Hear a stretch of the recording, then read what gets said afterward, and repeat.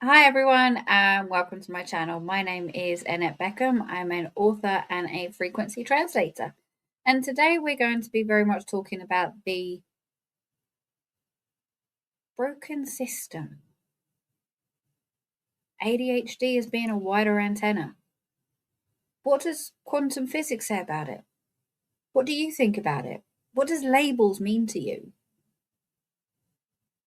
I just want to make one stipulation here, is that I myself,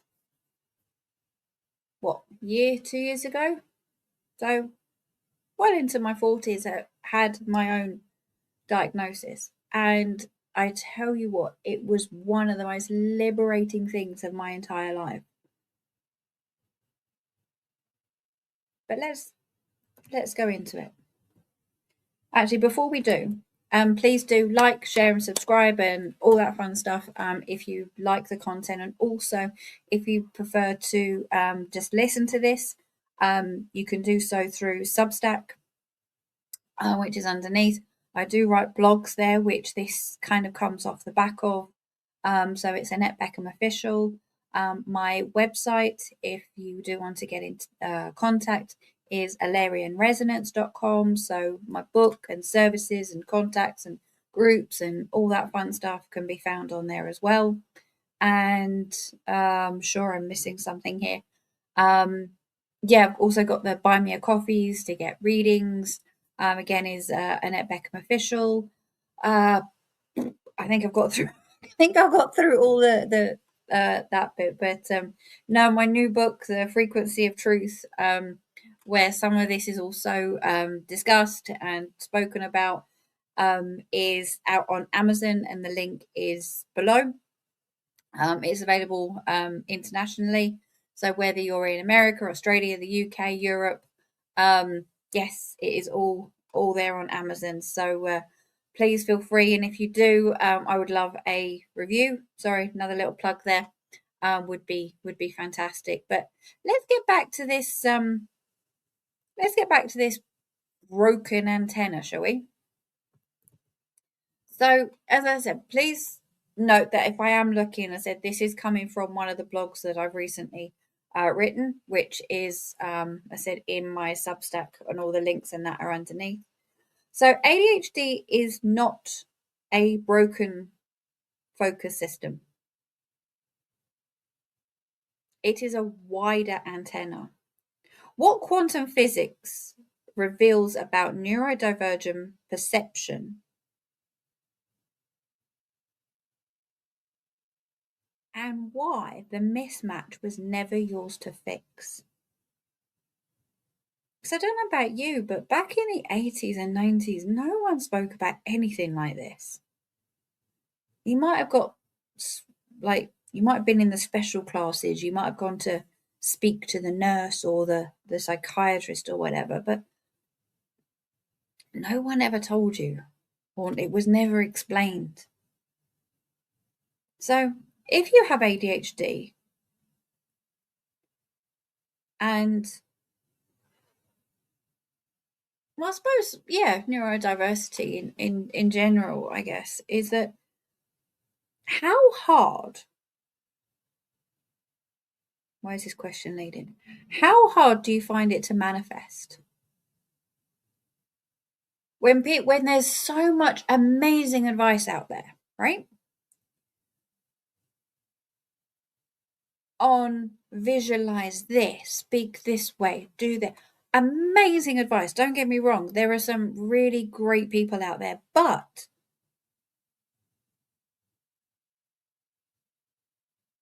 do you ever feel that, yeah, the advice has made you feel maybe a little bit broken? I think is a strong word, but that you can't do it?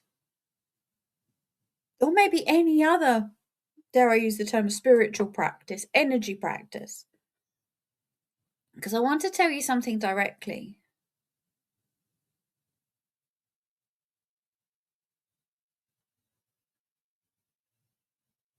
You do not manifest by focusing harder.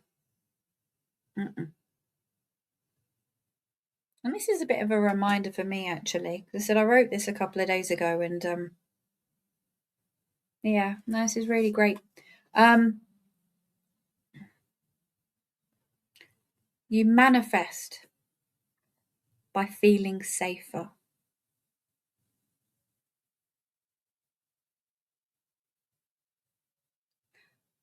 The order is regulation first, desire second. And most of the advice you've been given has had the complete backwards effect. It's visualizing what you want, it's putting the words out there, it's doing the affirmations. How is that energetically being sent out, your signal, when actually your overriding signal is, I'm not sure, this isn't me, have I done it wrong, I can't visualize. What is, how is that, what is that energy frequency that you're sending out? So a different operating system. So from a quantum system perspective, ADHD does not look like I can't focus. It looks like a system that perceives more variables at once. And again, this goes into a lot which I talk about in the frequency of truth, because for me, it was always the case of exactly that. You would walk into a room and suddenly pick up on so much more than maybe your mum or your dad or your brother or your sister had any idea about. And I'm not just saying that this is for like 88 people who are neurodiverse. You might not necessarily be, but still be have that level of sensitivity. But this is just coming from that perspective. So please do take what resonates. Please do take what resonates here. So in physics terms, a typical focus pattern is narrow. We've got a narrow bandwidth, stable channel. An ADHD focus pattern has got a wider bandwidth, high sensitivity, fast scanning. Again, it's not broken. And this is, I really wish I could remember the person who I was listening to who said this one thing. It's a different operating system. And again, you don't necessarily have to have been diagnosed with neurodiversity. It might again just be that you are perceiving this, you do have these sensitivities. So as I said, I hope this resonates, but again, I'm just coming from this perspective here, because I mean, I've worked in IT on and off for many years, and so to that really resonated when that person said it. It was definitely a female. I really need to find her and tag her in, because it was incredible. The fact that she said it is a different operating system.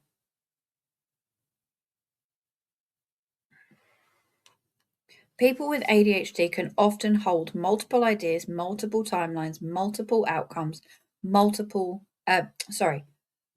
outcomes simultaneously. That is literally how superposition works before collapse. Nothing is singular. It is all potential, all alive. ADHD brains naturally live closer to the pre-collapse state. So it's like, I think I've said in previous videos, which again, please go back and look on my channel, but it's like you'll know, it's like having, even though you've got a different operating system, in that operating system, you've still got multiple tabs open at the same time.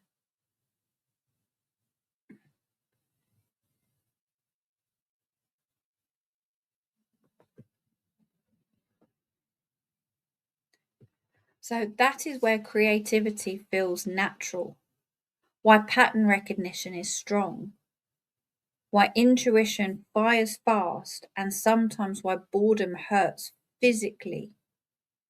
and rigid systems feel suffocating.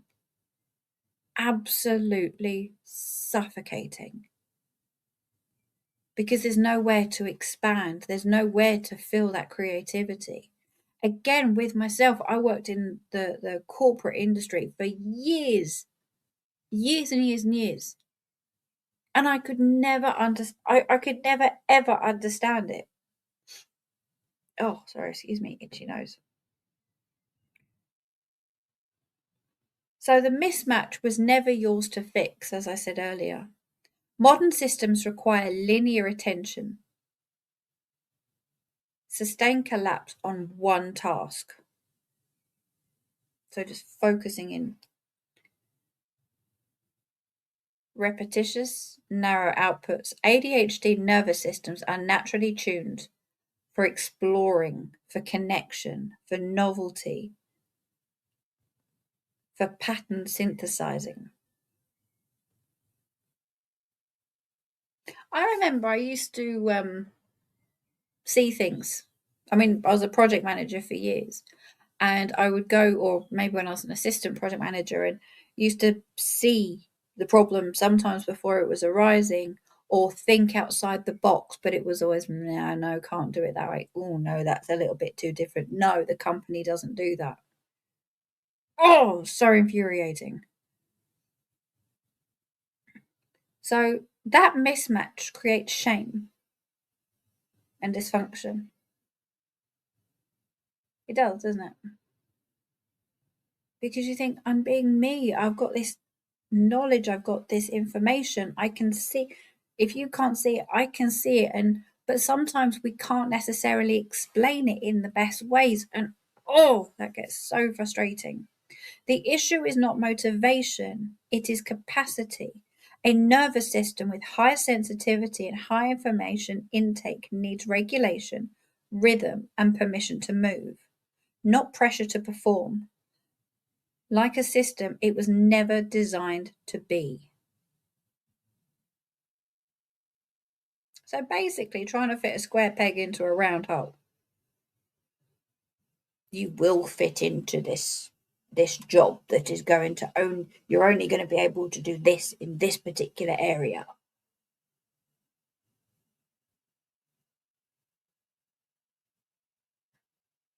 And yes, I mean, for me, I worked with some of the companies who were doing really, really great work, but they could never see beyond their own limits.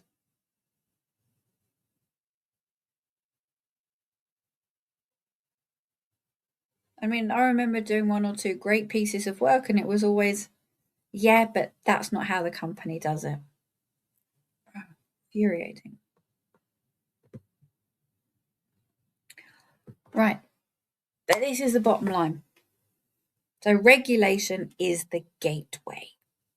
So in my book, The Frequency of Truth, this one here, is I talk about the body being a radio.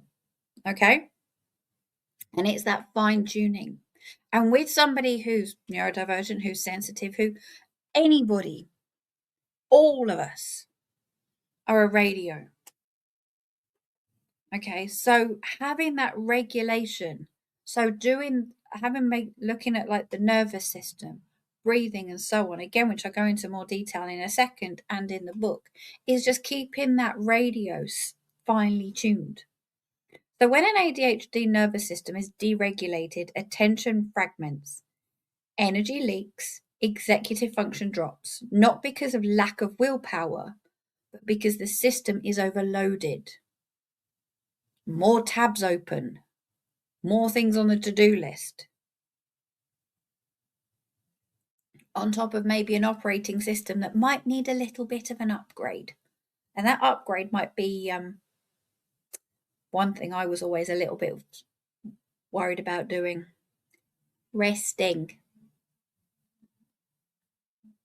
So, but a regulated nervous system that tunes into hyperfocus as coherent collapses, rapid learning, creative output, deep insights, and embodied intuition. That sounds much better, doesn't it? I mean, even today, I thought, right, I have got this massive to-do list. But then I've also got the tabs open in my head and I'm going, whoa, hold on a minute. And it was like to the point where I was like just standing there going, I do that to-do list or I do this to-do list.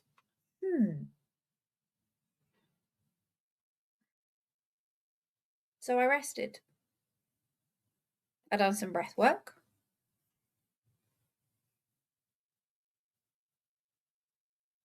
I retuned the radio. Because again, something that I go into in the book is that, you know what? It's not about always being perfect. When somebody says, oh, you're angry, you can't be spiritual. Ah, really? I'm human. Okay? This body, this husk. There's a lot to be taken in. So the superpower is not focus.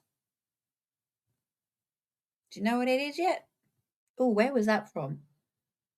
Do you know what it is yet? With an American, Australian accent. Oh, if you know, put it in the comment. Do you know what it is yet? It's like an art program. Anyway, I see. I digress. So the superpower is not focus. It is perception. But perception without regulation feels like chaos. Complete chaos. Perception with regulation becomes clarity.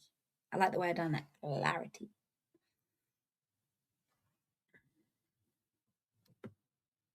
So what the, and you might be going, well, Annette, that's all well and good, but practically, instead of asking, what do I want? Ask, what would feel slightly more supportive right now? Relief creates safety. Safety creates capacity.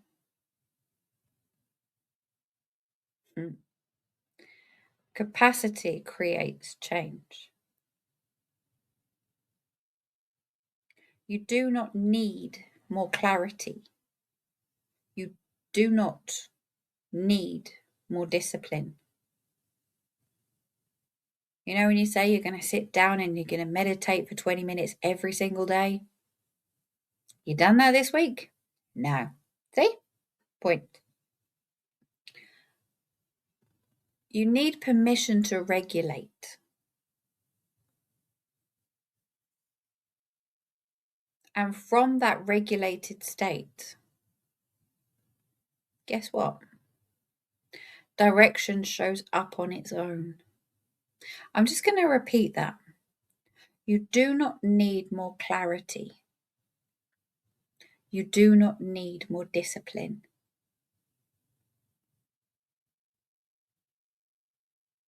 Maybe you just need give yourself permission. Giving yourself permission to regulate. Because regulating all of those systems might close off some of those tabs. Because as I said earlier, what would feel slightly more supportive right now? Not the dishes, the washing, the hoovering, doing the meditation, making sure you've taken the collagen, making sure you've done the face mask, making sure, oh, you need to get to the shops before 5 o'clock, making sure, oh no, hold on a minute, I haven't done any writing today, oh, I haven't done any journaling today. Nah. Regulate. What would feel more supportive right now? What do I need to do for me right now?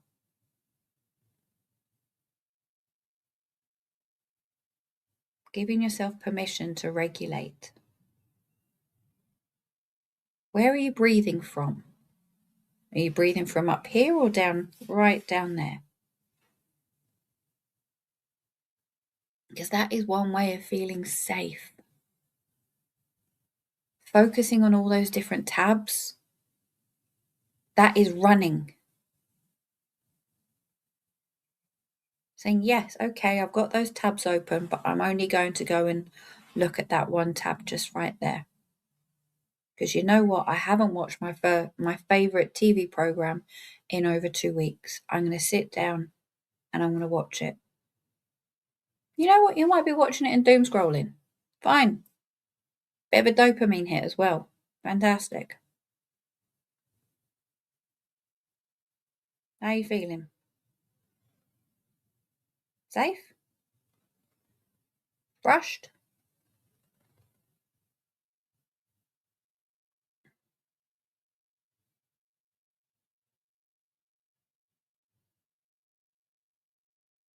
Before I go on to my last bit here, which is called how this connects to the frequency of truth.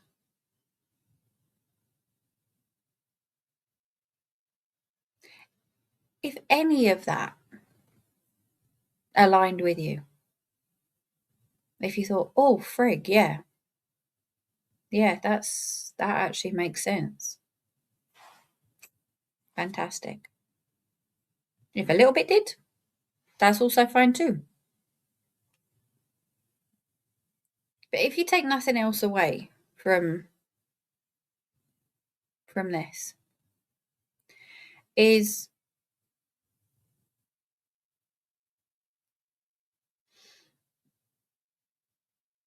safety.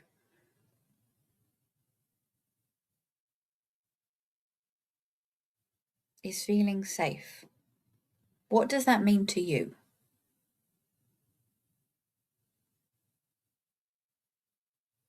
Whether that's, I'm not even going to give a list because it's different for different people. Because you might say, yeah, I've got a roof over my house, I've got friends, but what's the but? Because you might be going, yep, meditating, but you're going, oh, hold on a minute, I've got that credit card I need to pay off. Yeah, okay. I know it's not easy, and that's okay. And sometimes just by saying that's okay is I've found, I can see my eyes starting to go. To me, that sentence or those words in that way was the biggest tool in my toolbox. Now, I'll talk about different tools in your toolbox later on, but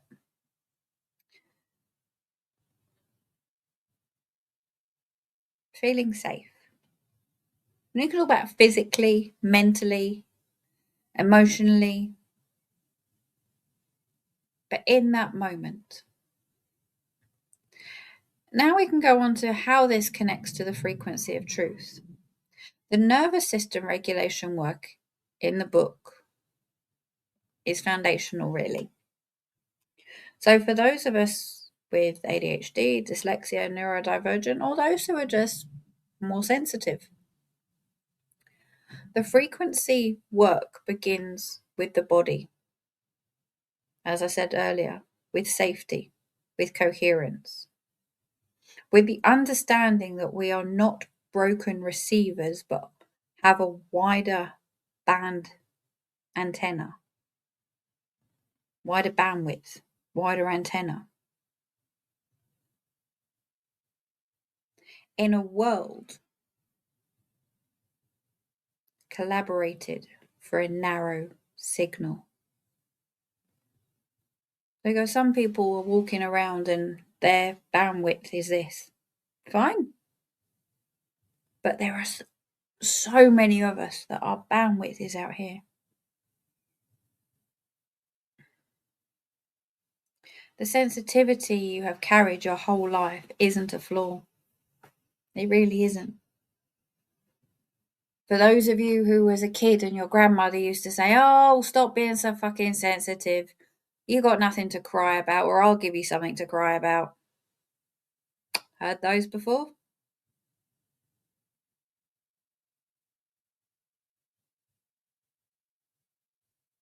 It's not a flaw. It's a different configuration of the same human system. One that, when regulated, becomes exactly the kind of instrument this work requires. Because what we've got here, this body, is the most amazing piece of technology on this planet.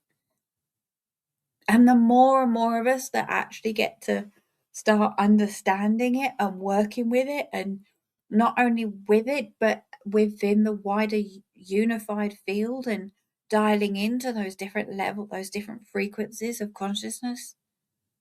Oh, it's just so exciting. It's beyond exciting. It really is beyond exciting. So if any of this resonates, please do go to the Amazon link below for, yes, the frequency of truth. All my contact details are below. alarianresonance.com is the website.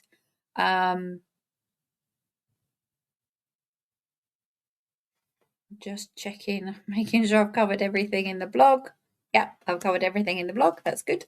And I look forward to joining me in the next few days for the next installment, the next video. And I look forward to reading your comments and emails. And if you have read the book, and please do feel free to leave a review as well. I would really, really appreciate that.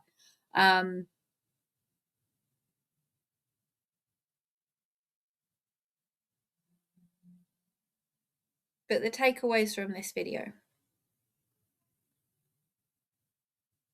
is safety, is having that awareness of that broader antenna of that different software that we're made from. And just learning how to tune it in a little bit better. And on the days that you maybe can't, or it's a bit too difficult, that rest is part of the fine tuning. You know, when you get those 2 or 3 days where you go full on, and then the third day you're like, oh, I can't move. That's okay. That's the reset. Maybe the next one I'll do a bit more on manifestation. Anyway, thank you so much. Please do like, share, and subscribe. From my heart to yours. Thank you so much.